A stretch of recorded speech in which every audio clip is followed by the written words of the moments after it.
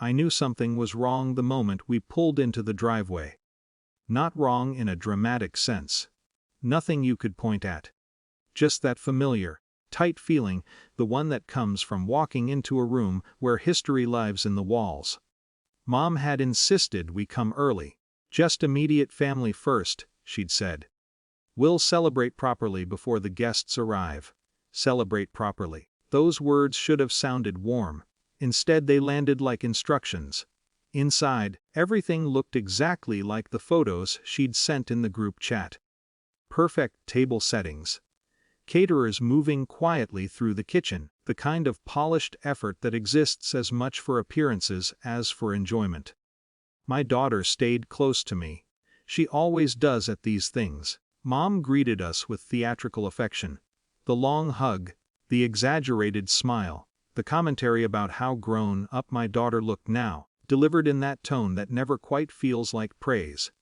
Then came the small rearrangements. "Oh sweetheart, not that seat. Oh no, that area is for later. Oh honey, just wait a moment." Each correction tiny. Each one almost reasonable. Together, they built something else entirely. My daughter didn't complain. She never does.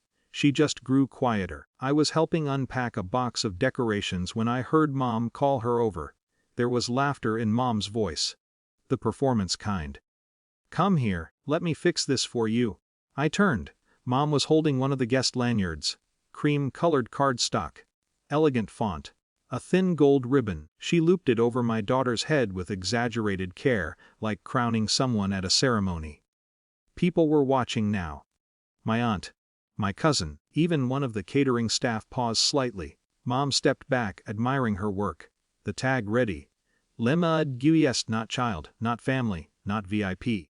The room didn't freeze. Real life rarely does. Instead, it shifted into that uncomfortable laughter humans use when they sense something is off, but don't want to be the one to say it. Mom laughed first. "It's just for seating logistics," she said lightly. "You know how these events get."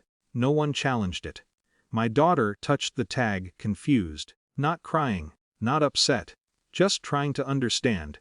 And that, more than anything, was the part that landed hardest. Because this wasn't confusion, this was recognition. I had seen that exact expression before. In mirrors. There are moments where anger rises fast, hot, instinctive. This wasn't one of them. What came instead was something quieter. A pause. A very still, very clear pause. I looked at Mom.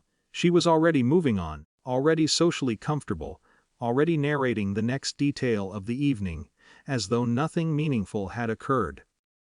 To her, this was nothing. To my daughter, it would never be nothing. I didn't argue. Not because I was afraid. Not because I was stunned, but because arguing would have given the moment exactly what it wanted. Noise, friction, spectacle. And spectacle was Mom's natural habitat. Instead, I crouched beside my daughter. "You okay?" She nodded automatically. Children learn diplomacy early in certain families. I stood, walked toward the hallway, and took out my phone. No dramatic storming. No visible tension. Just a call. "Hi, this is regarding tonight's event." "Yes, the full service package. I need to cancel the catering."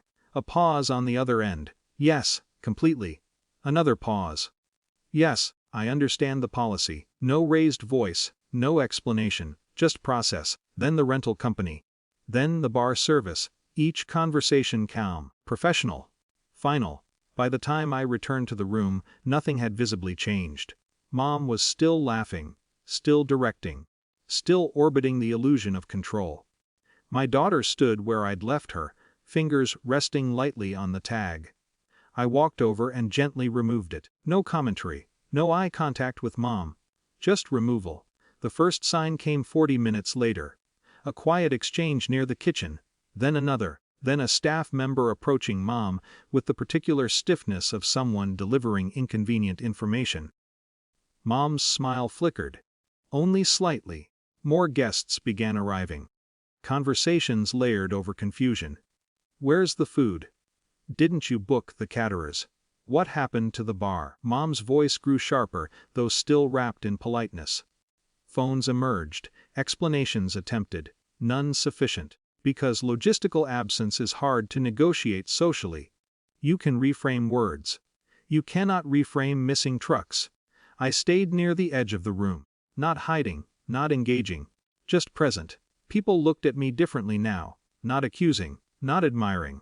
Recalculating. Mom approached eventually, her voice low, tight. What did you do? There it was. Not, what happened? Not, is everything okay? What did you do? I met her eyes. The room hummed behind us with 80 guests and a rapidly collapsing narrative. I set a boundary. No anger. No satisfaction. Just truth. Mom stared at me like I'd spoken a foreign language. Because in a way I had. The evening dissolved slowly after that. Guests leaving with polite discomfort. Mom explaining variations of a story that no longer held structural integrity. Relatives avoiding eye contact. My daughter held my hand as we walked to the car. She was quiet, but lighter, and that was enough.